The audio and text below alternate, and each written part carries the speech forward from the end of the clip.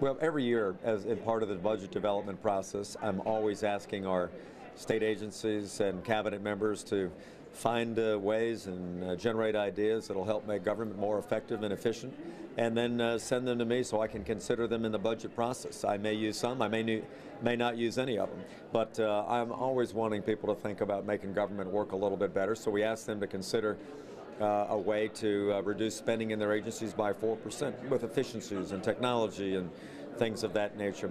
What I am concerned about down the road is this fiscal cliff.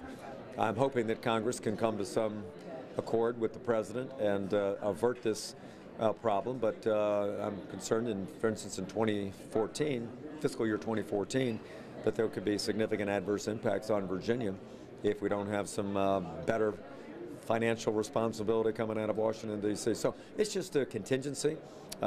We may or may not know in 30 days when I have to finish the budget action whether Congress has acted and whether the President has gotten things done. But I just want to be ready. And so I've done this every year. People shouldn't get too concerned about it. It's something that I always ask our agencies to do to give us cost cuts and budget-saving ideas, and it's part of the routine. Sometime generally around October, November, I'll issue a request to the agencies. They know it was coming. I ask them, we ask them verbally to do that, but we wanted to put it in writing to ask them to make these ideas known to us. They've been working on these things anyway, and that's one of the reasons we've been able to save money the last couple of years to actually have a performance bonus for our employees. We saved about $175 million in 2010, about $150 million this year, because our government employees have done such a good job of being more frugal and more cost efficient in the way they do things. So we do this routinely all 4 years of the budget cycle, and I've done it again this year. Okay, is this at all in reaction to President Obama getting reelected? No, that's what I've said. It's been a routine. I have done it each year in advance of the budget process to ask for their good ideas. Because honestly, if I can find ways to save money and make an agency work more effectively, maybe that's another dime I can put into education or transportation or the rainy day fund. And we're always looking for ways to conserve the taxpayer resources. I wish they'd do more of this in Washington, D.C., and maybe we wouldn't be $16 trillion in debt.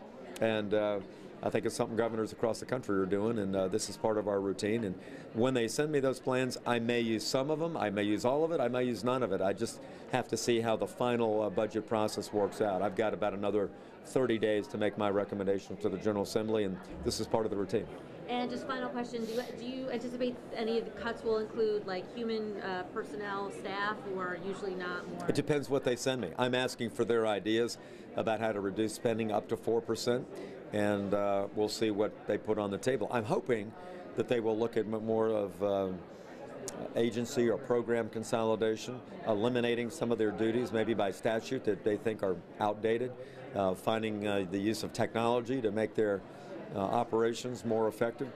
We've reduced state employees several thousand already over the last 3 years, essentially by having a flexible freeze on new hiring, and so that's one of the reasons we've been able to save money. It's one of the reasons we've had $1.4 billion in budget surpluses the last 3 years, because we're being frugal with the people's money. It's what Mr. Jefferson said you're supposed to do, and that's what I'm going to do.